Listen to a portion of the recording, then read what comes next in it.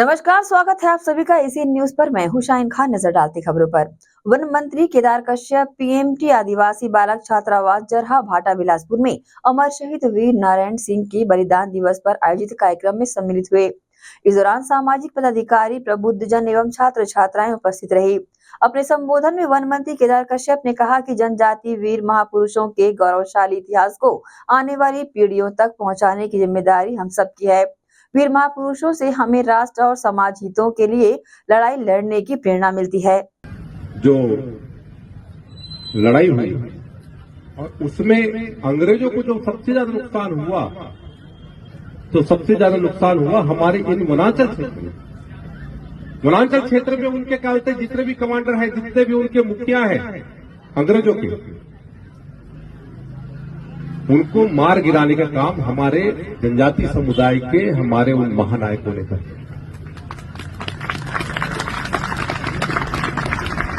वो युद्ध से वो इसे नहीं जानते थे। हम लोग आज भी, मैं क्योंकि बस्तर से आता हूं इसलिए मैं बस्तर की बात हमेशा कहता हूं। हम लोग वहां पर गुंडा धूर देवड़ी धूर ऐसे बहुत सारे हमारे महापुरुष हैं जिन्होंने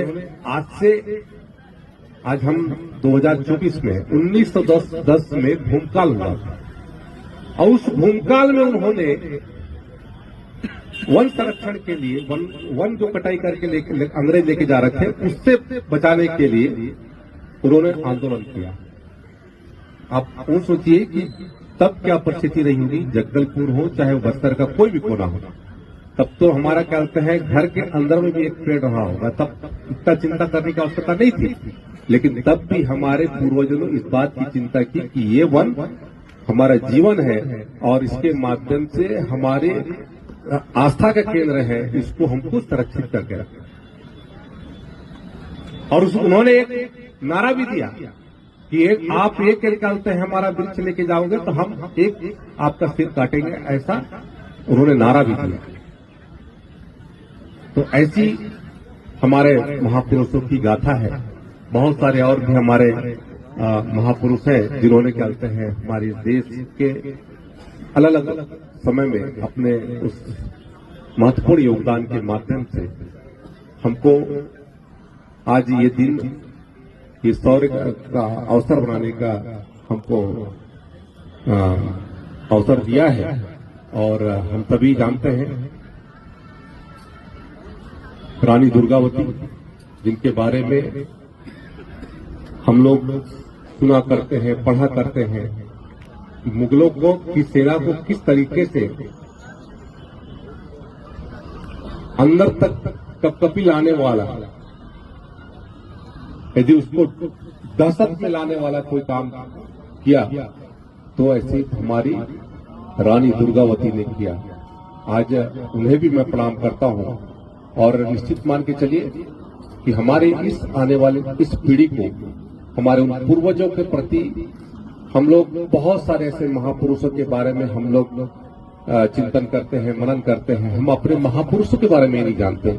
हम लोग अभी तक अपने देश के हमारे जनजाति समुदाय के इन स्वतंत्रता संग्राम सेनानियों के बारे में भी बहुत कुछ नहीं जानते। तो उसको जानने का हम लोगों को एक बहुत बड़ा माध्यम है। मैं आपसे आग्रह करूंगा, ये जो चित्र प्रदर्शनी लगी हुई है वो केवल चित्र प्रदर्शनी बनकर न रहे, आप लोग उनके जीवनी के बारे में जाने, उनके बारे में समझे, ताकि आने वाले पीढ़ी को आप बता सके कि हमारे पूर्वज ऐसे थे। आखिर कहीं ना कहीं से यदि मेरे का यदि पहचान है तो मेरा पहचान मेरे पिता के डीएनए के माध्यम से है। और वो पिता का डीएनए कहां से आ रहा है, कैसे हो रहा है? आज हमारे पूर्वजों का डीएनए हमारे अंदर है। यही डीएनए हमारा असली पहचान है। और ये इन्होंने जिस बात के लिए लड़ाई लड़ी थी, उस बात के लिए हमको आने वाले पीढ़ी तक हमको लड़ना पड़ेगा। ये लड़ाई खत्म होने वाली नहीं है। आज भी हमारे बहुत सारे ऐसे जगह हैं जहां पर आकर के हम लोगों को प्रताड़ित करने की कोशिश होती है या फिर हमको अवैध तरीके से धर्मांतरण की बात होती है, ऐसे बहुत सारे विषय होते हैं। देश की संसद में गृह मंत्री अमित शाह द्वारा दिए गए वक्तव्य के बाद चल रहे विरोध प्रदर्शन और गतिरोध के बीच छत्तीसगढ़ के पूर्व मुख्यमंत्री भूपेश बघेल ने भाजपा को संविधान विरोधी बताते हुए कहा कि संविधान के ऊपर इन लोगों को विश्वास ही नहीं है। जिस दिन संविधान लागू हुआ था उस दिन महात्मा गांधी, नेहरू जी और अंबेडकर जी की भाजपा के तत्कालीन जनसंघ के लोगों ने पुतला फूंका था। संविधान को ये लोग मानते ही नहीं और इसी कारण से इनके सांसद, इनके केंद्रीय मंत्री तक संविधान बदलने की बात कहते हैं। और जो संविधान को नहीं मानते तो संविधान निर्माता के प्रति उनके मन में क्या भावना हो सकती है, इसका उदाहरण राज्यसभा में देखा जा चुका है। देखिए, संविधान पे इनको विश्वास तो है ही नहीं। जिस दिन संविधान लागू हुआ उस दिन भी महात्मा गांधी जी, नेहरू जी, अंबेडकर जी का पुतला भारतीय जनता पार्टी, उस समय तत्कालीन जनसंघ के लोग ये पुतला दहन किए थे। संविधान को ये मानते ही नहीं और इसी कारण से इनके सांसद, इनके केंद्रीय मंत्री तक संविधान बदलने की बात करते हैं। और जब संविधान को नहीं मानते तो संविधान निर्माता के प्रति उनके मन में क्या भावना है, ये राज्यसभा में उत्तर देते हुए गृह मंत्री जी ने जिस प्रकार से कहा कि अंबेडकर अंबेडकर अंबेडकर अंबेडकर फैशन बन गया है, तो ये उनकी मनोदशा प्रदर्शित करती है। और ये जो अंदर में उसके जो मन में भाव थे अंबेडकर के प्रति, संविधान के प्रति, वो उजागर हुआ।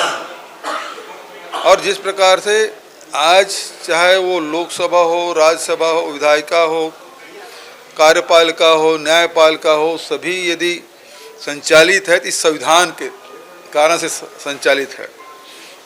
लोकतंत्र की जड़ें गहरी हुई है हिंदुस्तान में तो संविधान के कारण से है। और संविधान निर्माता के प्रति जिस प्रकार से केंद्रीय गृह मंत्री ने जो बयान दिया है उसकी हम निंदा करते हैं। और खड़गे जी ने जो बात कही है कि प्रधानमंत्री से आग्रह किया है कि ऐसे गृह मंत्री जी को तत्काल बर्खास्त कर देना चाहिए मंत्रिमंडल से, उसका मैं समर्थन करता हूँ। राहुल गांधी पर आरोप लगा रहे हैं कि धक्का दे दिया प्रताप सारंगी को।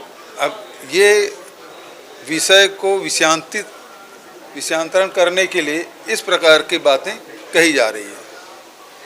देश के गृह मंत्री अमित शाह द्वारा देश की संसद में अपने बयान में डॉक्टर भीमराव अंबेडकर पर दिए गए बयान पर निशाना साधते हुए आक्रोश जताया। साथ ही बड़ी संख्या में कांग्रेसियों ने पटेल चौक पर अमित शाह का पुतला दहन किया।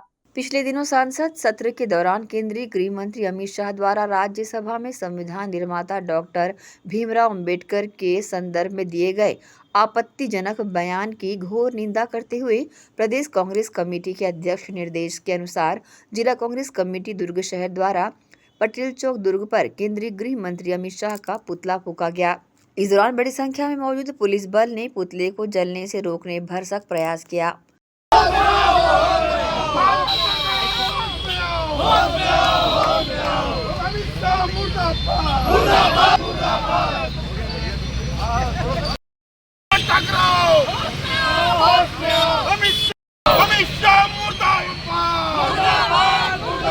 गृह मंत्री मुर्दाबाद, अमित शाह मुर्दाबाद, भाजपा सरकार होश में आओ, होश में आओ, होश में आओ।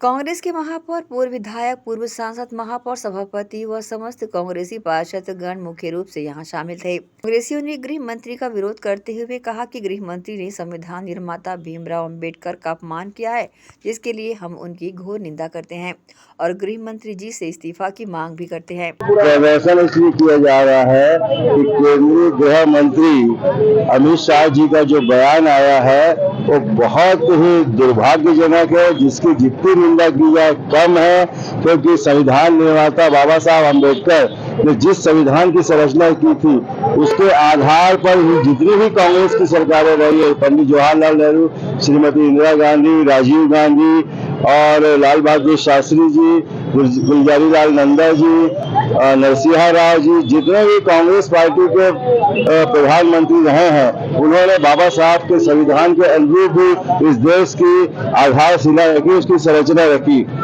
अभी वर्तमान में जब से भारतीय जनता पार्टी की सरकार केंद्र में आई है, बाबा साहब के संविधान को छेड़छाड़ करने का उन्होंने प्रयास किया, जिसमें समाज के लोगों ने भी उसका विरोध किया था।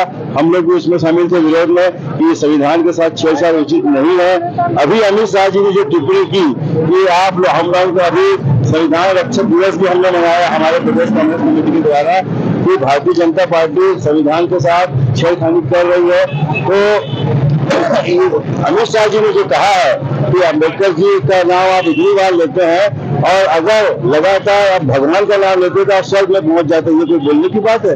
अरे अम्बेडकर जी के वजह से जो देश चल रहा है, उन्होंने जो संविधान की संरचना की समता और समानता और सभी वर्गों को साथ में लेकर चलने की बात जो कही है, उसको ही तो कांग्रेस पार्टी पालन करती रही है, पूरा देश पालन करता रहा है। अमित शाह जी को तत्काल इस तरह अमित शाह ने ये भी कहा कि मऊ में उनका जन्म हुआ था अम्बेडकर जी का, और कांग्रेस ने वहाँ उनकी प्रतिमा भी नहीं लगने दी। देखिए, आज बाबा साहब अम्बेडकर की प्रतिमा हर भारतीयों के, हर कांग्रेसियों के दिल में है और हर स्थानों पे लगी है। दिल्ली में भी हम लोगों ने यहाँ पे लगाई बाबा साहब अम्बेडकर की प्रतिमा, रायपुर में, पूरे छत्तीसगढ़ में, मध्य प्रदेश में है, महू में तो उनका एक बहुत पवित्र स्थल है जहाँ जाके लोग नमन करते हैं कि ये हमारे संविधान रचयिता थे।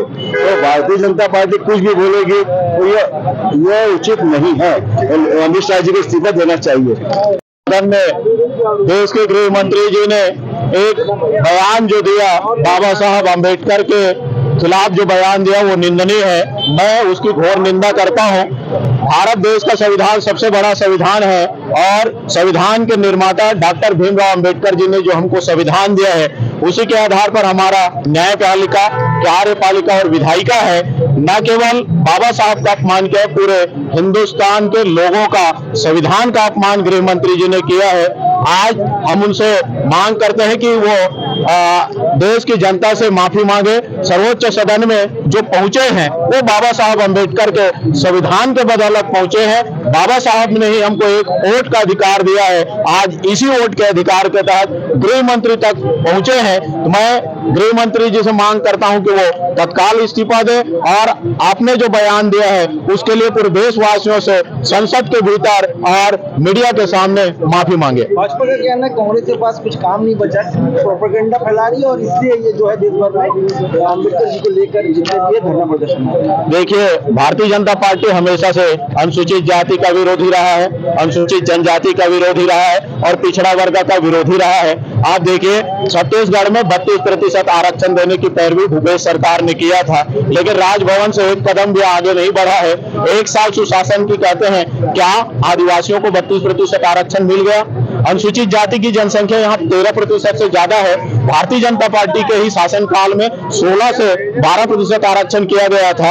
अभी बड़े बड़े फ्लैक्स लगा रहे हैं कि ओबीसी वर्गों को हम 50% आरक्षण दे रहे हैं। आप देखिए, जिन्होंने नोटशीट लिखा और राजपत्र में जो प्रकाशन हुआ, अनुसूचित जाति, अनुसूचित जनजाति और पिछड़ा वर्ग को मिलाकर 50% आरक्षण की बात कर रहे हैं, तो कहां पिछड़ा वर्ग के साथ न्याय हुआ है? तो भारतीय जनता पार्टी की कथनी और करनी अलग है। राम नाम जपना, पराया माल अपना, ये भारतीय जनता पार्टी की फितरत है। एसीएन न्यूज के लिए दुर्ग से नसीम फारूकी की रिपोर्ट। गृह मंत्री अमित शाह के बयान को बदलकर पेश किया जा रहा है। जबरन कांग्रेसियों द्वारा डॉक्टर भीमराव अंबेडकर की आड़ में राजनीति किए जाने का आरोप लगाते हुए बड़ी संख्या में भाजपाइयों ने कांग्रेस भवन पहुंचकर प्रदर्शन किया। देश की संसद में 18 दिसंबर को गृह मंत्री अमित शाह के बयान को लेकर कांग्रेसियों द्वारा लगातार विरोध प्रदर्शन किया जा रहा है।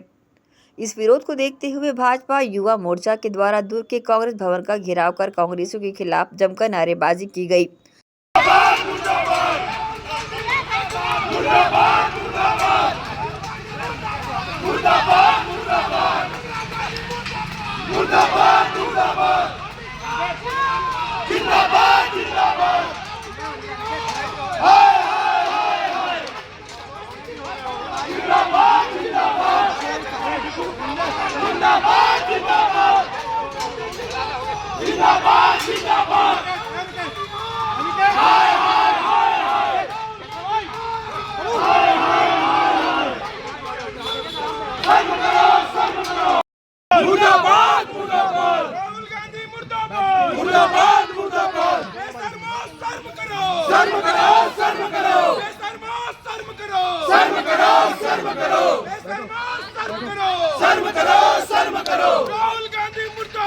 दौरान भाजपा युवा मोर्चा के आकाश ठाकुर प्रदेश प्रचार प्रमुख ने बताया कि कांग्रेसियों द्वारा अमित शाह के बयान को बदलकर दिखाया जा रहा है। साथ ही आज राहुल गांधी द्वारा जिस तरह से उड़ीसा के सांसद जी का अपमान किया गया, उसके विरोध में हम आज बड़ी संख्या में युवा मोर्चा एकत्रित होकर कांग्रेस भवन का घेराव करने जा रहे हैं। उन्होंने कहा कि कांग्रेसियों द्वारा भ्रांतियां फैलाई जा रही है, ये सरासर गलत है। हम संविधान निर्माता बाबा साहेब भीमराव अंबेडकर और संविधान का सम्मान करते हैं। जिस तरीके से कांग्रेस पार्टी ने माननीय गृह मंत्री जी के बयान को तोड़ मरोड़ कर प्रदर्शित किया और हमारे भीमराव अंबेडकर जी के बारे में जो उन्होंने वक्तव्य रखा उसे ख़राब तरीके से प्रदर्शित किया। मुझे तो लगता है जिस तरीके से उन्होंने क्लिप को एडिट किया और जिस बात को वो दिखाना चाह रहे हैं ये भी अपमानजनक है।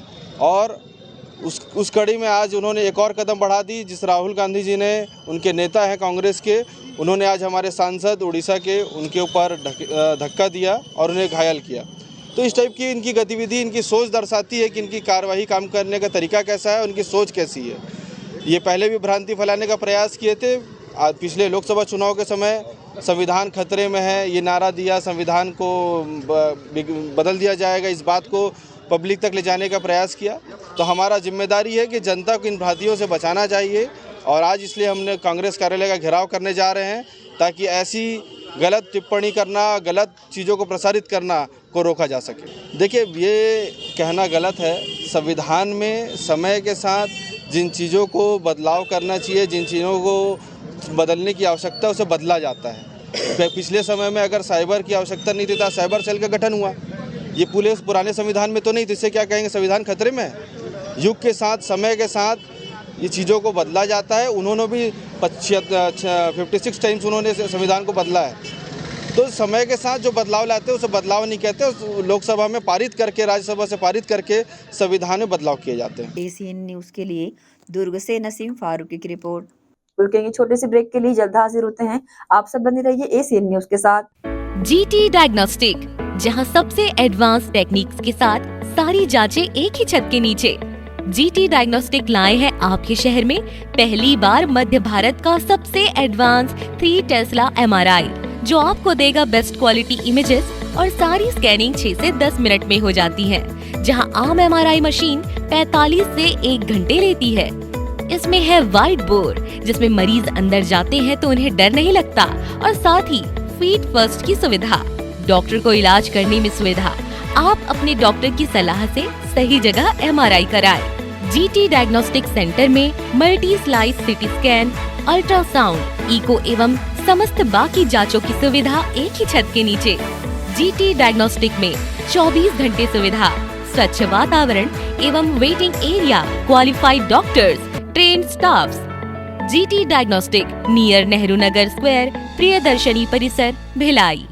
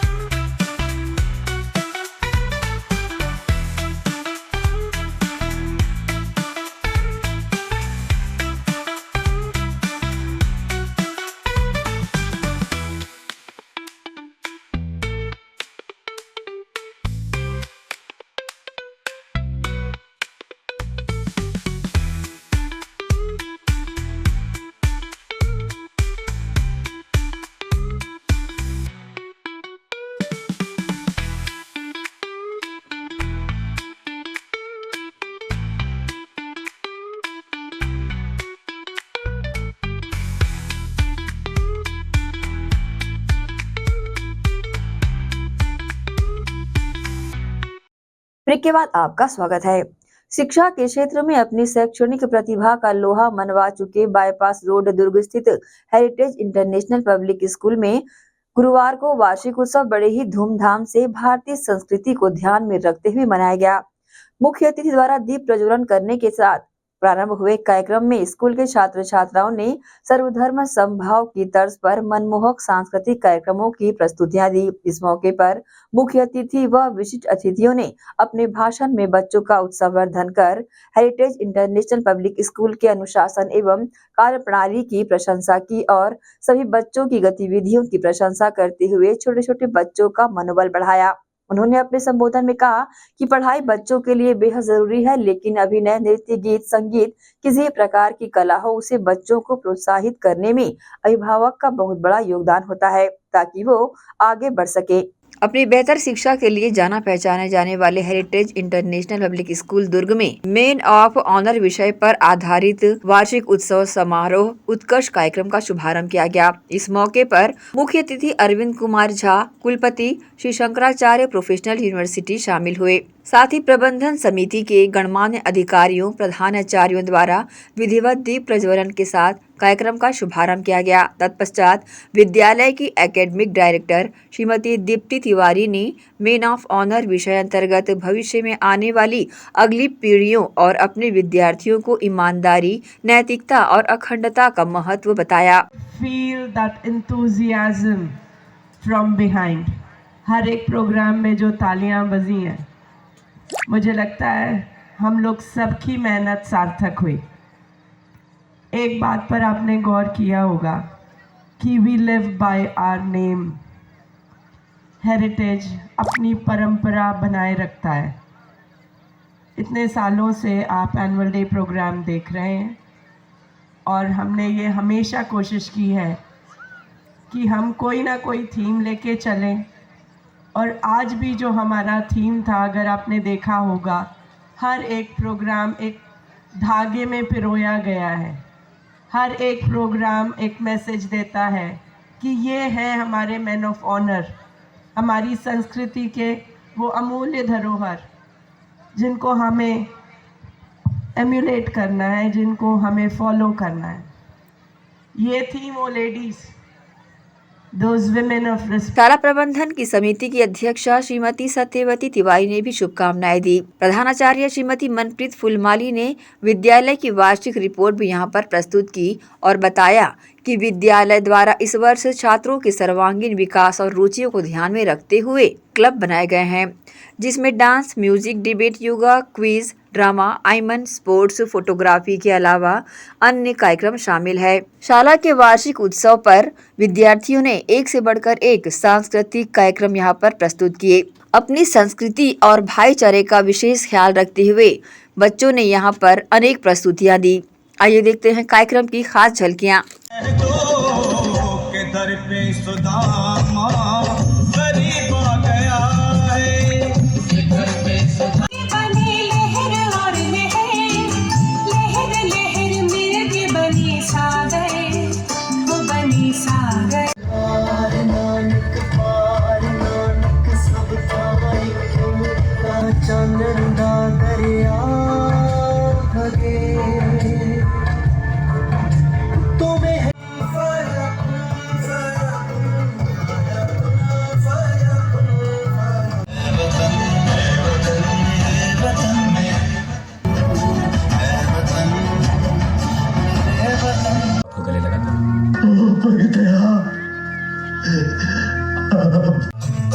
मेरा रंग दे बसंती चोला, मेरा रंग दे, मेरा रंग।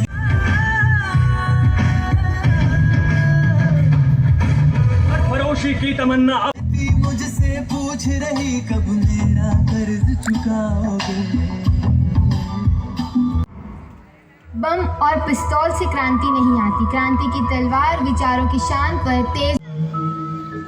अभ्युत्थानम् अधर्मस्य। पगड़ी संभाल जट्टा, पगड़ी संभाल हुए। ब्रह्मांड के सफर में श्री हरि विष्णु समय समय पर विविध रूपों में अवतरित होकर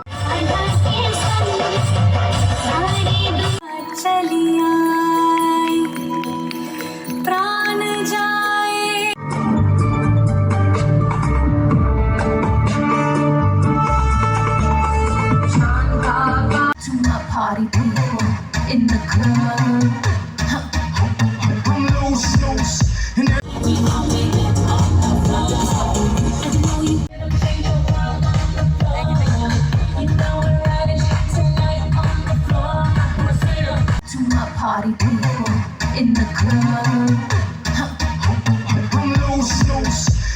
विद्यालय के एकेडमिक डायरेक्टर श्रीमती दीप्ति तिवारी ने मंच के माध्यम से कार्यक्रम की सराहना की और बच्चों के बेहतर भविष्य की शुभकामनाएं दी।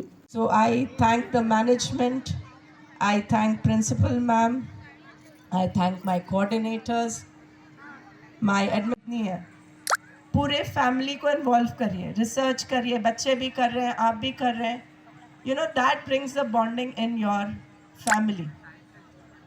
छोटी छोटी कोशिशों से हम एक उज्जवल भविष्य का निर्माण कर से आए हैं, जहाँ यदि कोई एक लड़का रोता है तो उसको बोला जाता है, अरे भाई लड़कियों की तरह क्यों रो रहे हो, करके 30 सेकंड का सपना सजोया था। Remember? Yes? Okay. So how many of you have actually worked on that dream of yours? आपने कितनों ने कार्यक्रम का समापन एकेडमिक डायरेक्टर श्रीमती हरविंदर कौर सिंधु द्वारा धन्यवाद भाषण से किया गया। इस दौरान सांस्कृतिक कार्यक्रमों में बेहतर प्रस्तुतियां देने वालों को यहां पर अतिथियों के द्वारा सम्मानित भी किया गया। एसीएन न्यूज के लिए शाहीन खान की रिपोर्ट।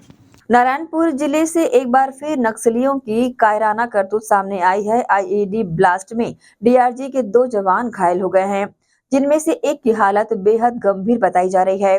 घायलों को जिला अस्पताल भिजवाया गया है। नारायणपुर एसपी प्रभात कुमार ने घटना की पुष्टि की है। जानकारी के अनुसार कच्चापाल में 2 दिन पहले ही नया कैंप खोला गया है। डीआरजी जवान यहां पर सड़क निर्माण कार्य की सुरक्षा में लगे हुए थे। इस दौरान वे नक्सलियों के बिछाए गए आईईडी की चपेट में आ गए। ब्लास्ट में 2 जवान घासीराम मांझी और जनक पटेल घायल हो गए हैं। 2 दिन पहले हालत माड़ के क्षेत्र में कच्चापाल में नया कैंप खोला गया था। तो कैंप की पहुंच मार्ग का निर्माण के लिए डीआरजी की मार्च सुबह निकली थी। 20 तारीख को सुबह 2 टीम नारायणपुर डीआरजी की निकली थी। तो जिस सड़क निर्माण के लिए निकले थे वहाँ पर सड़क के बगल के जंगल में नक्सलियों ने आईडी प्लांट किया था और नक्सलियों ने ब्लास्ट किया। जवाबी कार्रवाई की जा रही है और इसमें 2 जवान घायल हैं, तो यहाँ पे अस्पताल लाया गया है और बेहतर इलाज के लिए थोड़ी देर में रायपुर भेजा जाएगा। अभी क्या स्थिति सर घायलों की? एक की हालत गंभीर है, पाँव में गंभीर चोट है, लाइफ थ्रेटनिंग कुछ नहीं है। पाँव में गंभीर चोट है एक को और दूसरी की हालत सामान्य है। बीएमवाई चरोदा के Jyoti higher secondary English medium school में विज्ञान प्रदर्शनी का आयोजन किया गया। इस आयोजन में मुख्य अतिथि के रूप में शामिल सेंट थॉमस कॉलेज भिलाई की प्रिंसिपल डॉक्टर एम.जी. रायमन ने प्रदर्शनी का उद्घाटन कर बच्चों की प्रतिभा की सराहना की। शुक्रवार को चरोदा के Jyoti higher secondary English medium school में विज्ञान प्रदर्शनी का आयोजन किया गया। इस आयोजन में बच्चों ने बढ़ चढ़कर हिस्सा लिया। इस आयोजन में मुख्य अतिथि के रूप में भिलाई सेंट थॉमस कॉलेज के प्रिंसिपल डॉक्टर एम.जी. रायमन शामिल रहे। साथ ही जज के रूप में मिस्टर मयंक सिंह ठाकुर व श्रीमती दीक्षा चंद्राकर शामिल रही। शामिल सभी अतिथियों ने विधिवत इस विज्ञान प्रदर्शनी का फीता काटकर उद्घाटन किया। इस मौके पर शामिल ज्योति सीबीएसई स्कूल की प्रिंसिपल सिस्टर जीनी मेरी व ज्योति सीजीबीएसई स्कूल की प्रिंसिपल सिस्टर अंजना मेरी ने शामिल सभी अतिथियों का स्वागत सम्मान परंपरा अनुसार किया।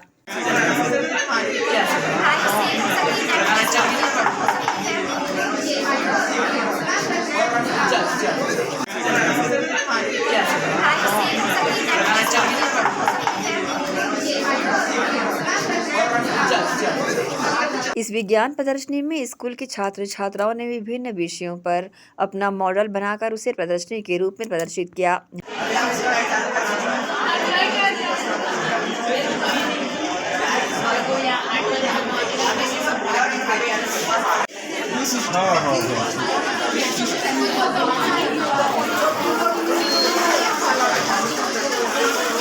इस आयोजन में स्कूल के 100 से अधिक विद्यार्थियों ने अपने मॉडल प्रदर्शित किए। इसमें सड़क सुरक्षा, सौर मंडल, पर्यावरण सुरक्षा, स्मार्ट सिटी व सौर ऊर्जा सहित अलग अलग विषयों को प्रदर्शित किया गया। हैंड एंड क्राफ्ट का अलग से प्रदर्शनी यहां पर लगाई गई। इस आयोजन में स्कूल प्रबंधन ने विद्यार्थियों के अभिभावकों को भी आमंत्रित किया था। प्रदर्शनी का अवलोकन करते हुए शामिल अतिथियों ने विद्यार्थियों के बनाए मॉडल और उसकी प्रतिभा की खूब सराहना की। मुख्य अतिथि के रूप में शामिल डॉक्टर एम.जी. रायसन ने कहा कि जो भी विज्ञान के मॉडल बच्चों ने बनाए हैं, इनमें कोई भी बनाई बाजारी चीज़ों का प्रोजेक्ट नहीं है। ऐसे प्रतिभावान बच्चों को बधाई देते हुए कहा कि हमें विश्वास है कि ये बच्चे जिले का नाम रोशन करेंगे। स्कूल की प्रिंसिपल सिस्टर जिनी मैरी ने भी बताया कि स्कूल में ये दूसरा वर्ष विज्ञान प्रदर्शनी लगाई गई है। इस प्रदर्शनी का मुख्य उद्देश्य बच्चों में कौशल विकास करना है और वैज्ञानिकता से परिचित करवाना है। हम लोगों ने ये स्कूल का साइंस एग्जीबिशन देखा और रियली बहुत बड़े पैमाने पर ये एग्जीबिशन करा गया। मैं सारे जितने बच्चे इसमें पार्टिसिपेट किए उनको धन्यवाद देता हूँ और उसके पीछे जो उसके पेरेंट्स हैं, टीचर्स हैं और ख़ासकर जो प्रिंसिपल मैडम हैं, दोनों स्कूल के प्रिंसिपल और मैनेजमेंट, सबका मैं धन्यवाद करता हूँ। उन्होंने बहुत अच्छा बड़े लार्ज स्केल में जो है ये एग्जीबिशन का आयोजन किया। मैं देख रहा हूँ कि यहाँ के आसपास के जो पेरेंट्स हैं वो बहुत चढ़ बढ़ कर इसमें हिस्सा ले रहे हैं। तो मैं चाहता हूँ कि ये जो बच्चों ने जो टैलेंट्स दिखाया, खासकर उन्होंने जितने मॉडल रखे सब एनवायरनमेंट फ्रेंडली सब दिखाया उन्होंने और उनका जो भी टॉपिक दिया गया था उनको उसमें बहुत अच्छे खरे उतरे उन लोगों ने। और मैं सारे यहाँ के स्टाफ का धन्यवाद देता हूँ, मैनेजमेंट को धन्यवाद देता हूँ, यहाँ के स्पेशली रेवरेंड सिस्टर्स जो प्रिंसिपल हैं उनको धन्यवाद देता हूँ। उन्होंने मुझे बुलाया और मैं सेंट थॉमस कॉलेज का प्रिंसिपल हूँ और मुझे बहुत अच्छा लगा ये आयोजन देखकर और आगे भी मेरी यही आशा है कि ये स्कूल आगे बढ़ते रहे, इस राज्य में छत्तीसगढ़ में एक अच्छा नामी स्कूल बने। धन्यवाद। अभी what to say, science is every day it is developing. Science and technology we are adapting day to day our day to day life. So we are giving the we are creating a kind of creative thinking, critical thinking, and creative mentality to the students, so they can perform well in their life in future. They can see the things with curiosity and enthusiasm. When they are good in science and technology, when they understand the meaning of it, they will have a curiosity to find new things in their life. New inventions will happen. In such a way, we are nurturing our children to the future. We are developing here a holistic development in the education field. We are having it, and our children are very smart in their thinking. And my teachers are mentors. They are helping the students to develop a creative life. They can nurture their life in future in various fields of education. इस मौके पर स्कूली बच्चों सहित उनके अभिभावक व school के शिक्षक गण बड़ी संख्या में शामिल होकर इस आयोजन को सफल बनाया और साथ ही बच्चों के उज्जवल भविष्य की शुभकामनाएं दी। एसीएन न्यूज के लिए शैलेंद्र खरे की रिपोर्ट। रुकेंगे एक और छोटे से ब्रेक के लिए, जल्द हाजिर होते हैं। आप सब बने रहिए एसीएन न्यूज के साथ। जीटी डायग्नोस्टिक, जहां सबसे एडवांस टेक्निक्स के साथ सारी जांचें एक ही छत के नीचे। जीटी डायग्नोस्टिक लाए हैं आपके शहर में पहली बार मध्य भारत का सबसे एडवांस 3 टेस्ला एमआरआई, जो आपको देगा बेस्ट क्वालिटी इमेजेस और सारी स्कैनिंग 6 से 10 मिनट में हो जाती है, जहां आम एमआरआई मशीन 45 से 1 घंटे लेती है। इसमें है वाइट बोर्ड, जिसमें मरीज अंदर जाते हैं तो उन्हें डर नहीं लगता, और साथ ही फीट फर्स्ट की सुविधा, डॉक्टर को इलाज करने में सुविधा। आप अपने डॉक्टर की सलाह से सही जगह एमआरआई कराएं। जीटी डायग्नोस्टिक सेंटर में multi slice CT scan, ultrasound, echo एवं समस्त बाकी जांचों की सुविधा एक ही छत के नीचे।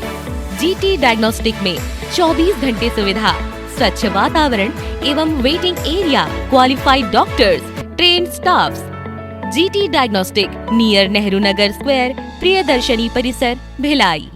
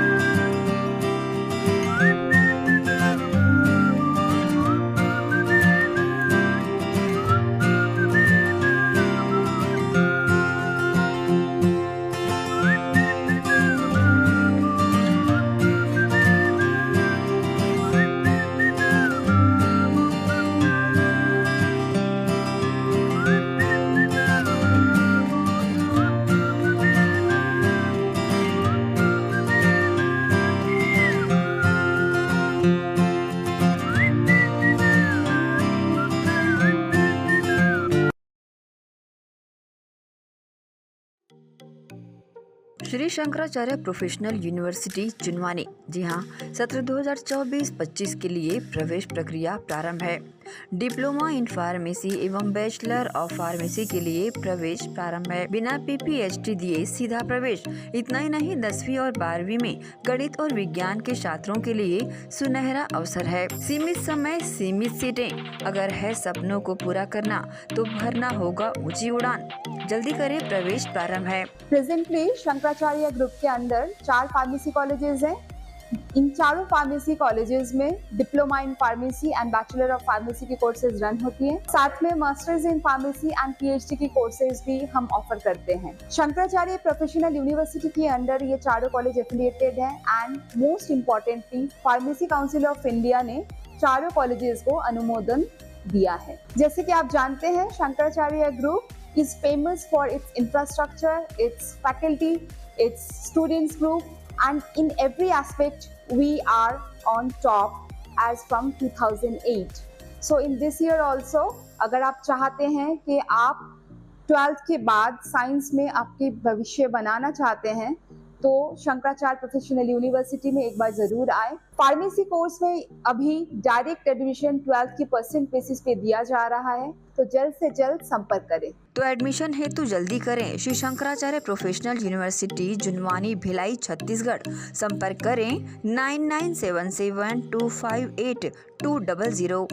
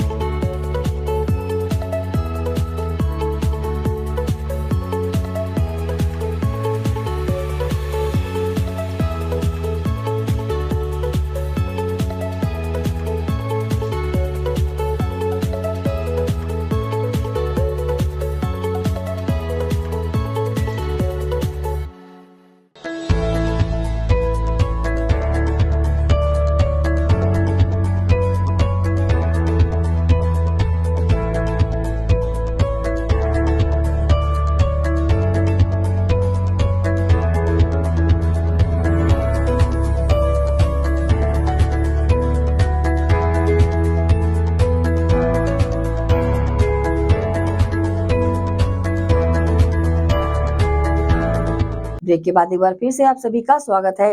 अपनी 8 सूत्री मांगों को लेकर दुर्ग में सफाई कर्मचारियों ने धरना प्रदर्शन किया। इस दौरान बड़ी संख्या में मौजूद कर्मचारियों ने रैली निकालकर दुर्ग निगम की कार्यप्रणाली का आक्रोश जताया।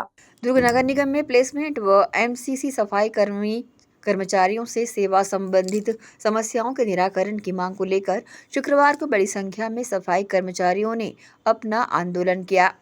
इस दौरान नगर निगम की कार्य प्रणाली पर जमकर आक्रोश भी जताया।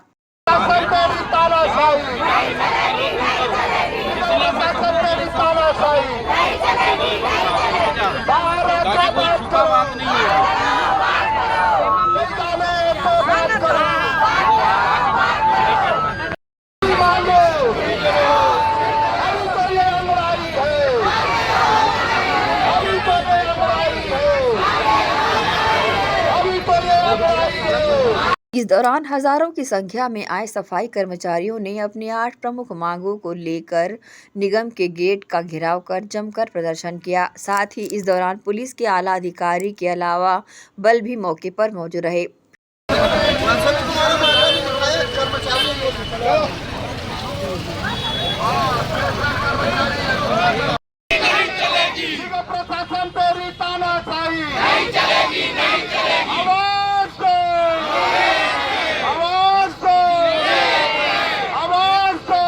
कर्मचारियों ने नियमित समय में वेतन और ठेकेदारी प्रथा को बंद करने का आह्वान किया है। इस दौरान समाज के नेता लंगूर सोनी और निगम आयुक्त ने अपनी जानकारी दी।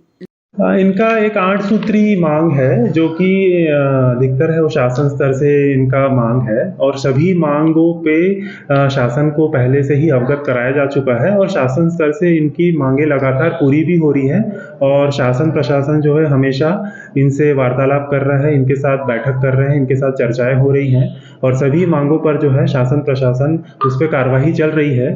और आज वही चीज़ को इनको अवगत भी कराया गया है कि किसी भी तरह से ये ना समझें कि शासन प्रशासन इनकी मांगों पे ध्यान नहीं दे रहा है। जो जायज़ मांग है वो पूरे भी हुए हैं, तो इनको ये समझाइश दी गई है कि कृपया निगम का और जो है प्रशासन का सहयोग करें और काम किसी प्रकार से बाधित ना हो पाए, उसके लिए भी इनसे निवेदन किया गया है। कलेक्टर दर की मांग कर रहे हैं सर, कलेक्टर दर में जो जी क्योंकि बहुत सारी मांगे हैं जो शासन स्तर से संबंधित हैं, तो सभी मांगे जो हैं वो शासन स्तर को अवगत करा दी गई हैं और शासन स्तर से लगातार इस पे कार्रवाई चल रही है। बहुत सारे क्योंकि प्रक्रियाएं रहती हैं और तो उसके लिए हो सकता है कि किसी चीज़ में विलम्ब हो रहा हो, लेकिन सभी चीज़ों पे जो है प्रक्रिया वहाँ पे चल रही है शासन स्तर से। ठीक। एसीएन न्यूज के लिए दुर्ग से नसीम फारूकी की रिपोर्ट। गोरेला पेंड्रा मरवाही जिले की पुलिस को बड़ी कामयाबी हासिल हुई है। पुलिस ने लंबे समय से फरार चल रहे ऑनलाइन सट्टा गिरोह के मास्टरमाइंड मधुर जैन को आखिरकार गिरफ्तार कर ही लिया है। आरोपी मधुर जैन और उसके सहयोगियों ने ऑनलाइन प्लेटफॉर्म का उपयोग कर क्रिकेट मैचों में सट्टा चलाने का संगठित अपराध किया था। मधुर जैन अपने अन्य साथियों के साथ मिलकर ऑनलाइन क्रिकेट सट्टा का संचालन किया करता था। आरोपी सट्टेबाजी के लिए फर्जी वेबसाइट राजनी बुक तैयार की थी, जिसके बाद वह पिक्स आर्ट ऐप के जरिए आकर्षक पोस्टर बनाकर टेलीग्राम और इंस्टाग्राम जैसे सोशल मीडिया प्लेटफॉर्म पर पोस्ट किया करता था।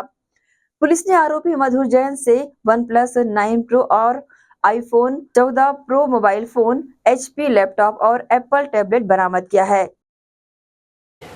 जीपीएम पुलिस के द्वारा ऑनलाइन सट्टा पे लगातार पुलिस मुख्यालय के निर्देश से कार्रवाई की जा रही है। इसी तारतम्य में हमें एक सूचना मिली थी कि इस प्रकार का एक गिरोह यहाँ पे कार्यरत है और इसमें एफआईआर दर्ज कर 420, 467, 68 सभी धाराओं में एफआईआर दर्ज की गई थी और इनिशियली कुछ लोगों को गिरफ्तार किया गया था।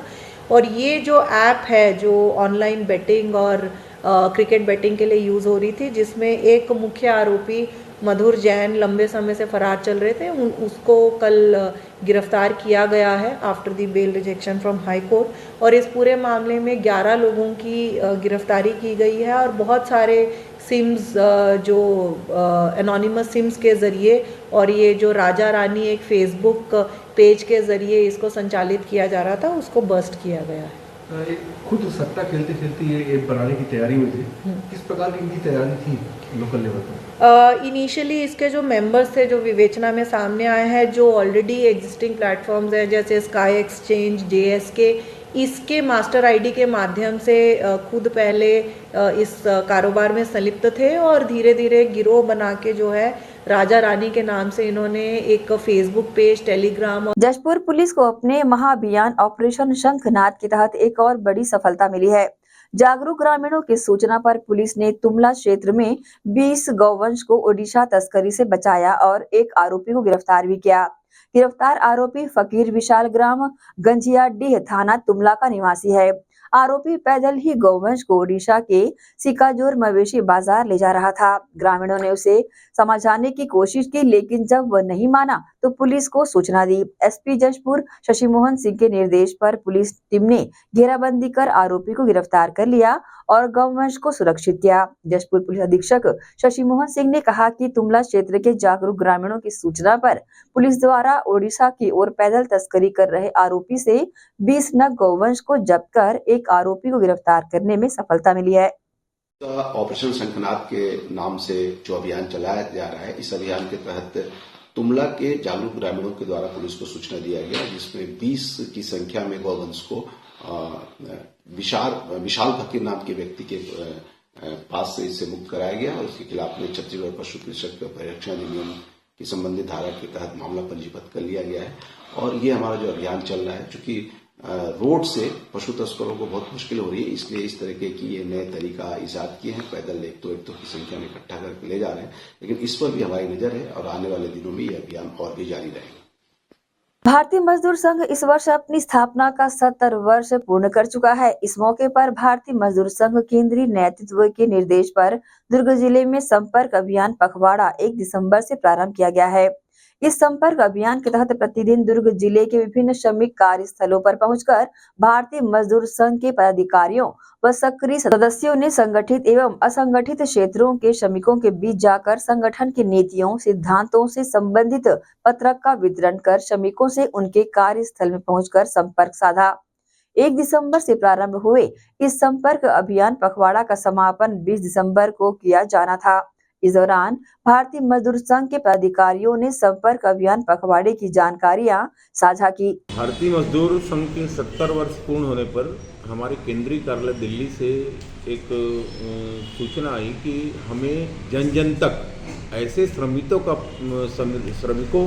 तक अपनी रीति नीति भारतीय मजदूर संघ की पहुंचानी है, जिसको अभी तक किसी संगठन ने छुआ नहीं है। तो हमने हाट बाजारों में और गांव के गलियारों में, फैक्ट्री के द्वारों में, सभी जगह एकत्रित होकर हम एक पर्चा का वितरण कर रहे हैं और लोगों को भारतीय मजदूर संघ की रीति नीति से अवगत करा रहे हैं।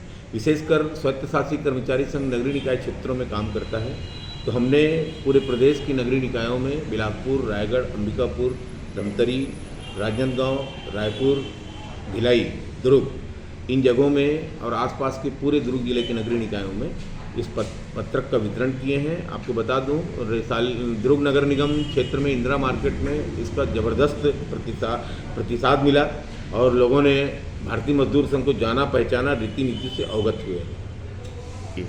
श्रमिक का संपर्क अभियान भारतीय मजदूर संघ की स्थापना से लेके आज तक 17वां वर्ष हमारा स्थापना का चल रहा है और भारतीय मजदूर संघ एक ऐसा संगठन है जो 70 वर्ष हुए इसको शुरू हुई, 0 से आरंभ हुआ और आज यह देश ही नहीं दुनिया का नंबर 1 श्रमिक संगठन है। भारतीय मजदूर संघ विभिन्न क्षेत्रों में, चाहे उद्योग हो, चाहे सामाजिक कार्य के क्षेत्र हों, चाहे वो सेवा के क्षेत्र हों, सभी क्षेत्रों के कार्य करने वाले लोगों को अपने साथ जोड़कर आज दुनिया का नंबर 1 संगठन बना है। और इस 70 वर्ष के दरमियान यह समाज के कोने कोने तक अपने विकास गाथा को पहुँचाकर, विकास गाथा को पहुँचाने के साथ साथ अन्य ऐसे लोग, आज भी 90% वर्ग जो हमारा संगठन से छूटा हुआ है, चाहे वो गांव में रहने वाला हो, कस्बों में रहने वाला हो, बस्तियों में रहने वाला हो, उन क्षेत्र तक पहुंचकर उनके जीवन यापन की समस्याएं तो है ही है, साथ में उनकी सामाजिक समस्याएं, उनके रहन सहन की क्या दिक्कतें हैं, उन सब विषयों को जानने के लिए, उनकी सारी समस्याओं के एकत्रीकरण के लिए और अपनी गौरव गाथा को कोने कोने तक पहुँचाने के उद्देश्य से श्रमिक संपर्क अभियान का चलाया गया पूरे देश में। दुर्ग जिला भारतीय मजदूर संघ भी बढ़ चढ़ कर श्रमिक संपर्क अभियान में भाग ले रहा है और दुर्ग जिला ने अपने संपर्क अभियान में 2 लाख लोगों तक पहुंचने का लक्ष्य रखा था, जो कि हमारे संबद्ध 16 संगठन जो भारतीय मजदूर संघ जिला दुर्ग से संबद्ध हैं, उन्होंने पूरी ताकत, पूरी निष्ठा और पूरे समर्पण के साथ श्रमिक संपर्क अभियान में सभी ने भाग लिया और आज हम एक दिन पहले ही लगभग 1,90,000 लोगों तक श्रमिक संपर्क कर चुके हैं और उम्मीद है भी एक दिन बचा है। सारे के जब आंकड़ा आएगा तो हो सकता है हम 2 लाख को पार कर चुके होंगे। देवेंद्र चंद्राकर निर्माण मजदूर संघ भिलाई दुर्ग से हूँ। इसका रिस्पॉन्स ये है कि हम जहाँ तक नहीं पहुँच पाए थे जिन श्रमिकों तक, उनके पास हम लोग जाके उनको समझा करके भारतीय मजदूर संघ द्वारा पिछले 70 वर्षों से जो कार्य श्रमिकों के हित में किया जा रहा है और जो जो उपलब्धियां हैं भारतीय मजदूर संघ की, ये सब की जानकारी हम लोग पूरे श्रमिकों को दे रहे हैं। इसका फ़ायदा हमें ये हो रहा है कि जो निम्न वर्ग के जो मजदूर थे जिनकी पहुंच अब तक यहाँ तक नहीं थी, तो उनको भी हम लोगों ने जाके वहाँ पर उनको इनका जानकारी दी।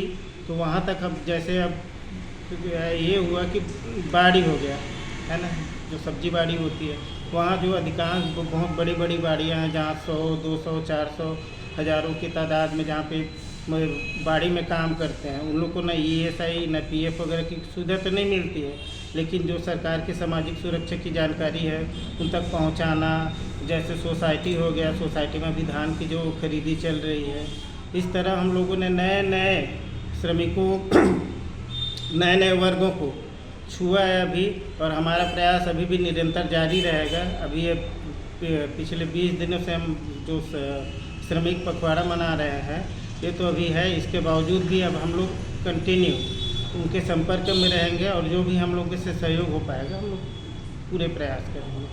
इसी के साथ ही आपसे लेंगे इजाजत। आप सब बने रहिए एसीएन न्यूज़ के साथ। नमस्कार।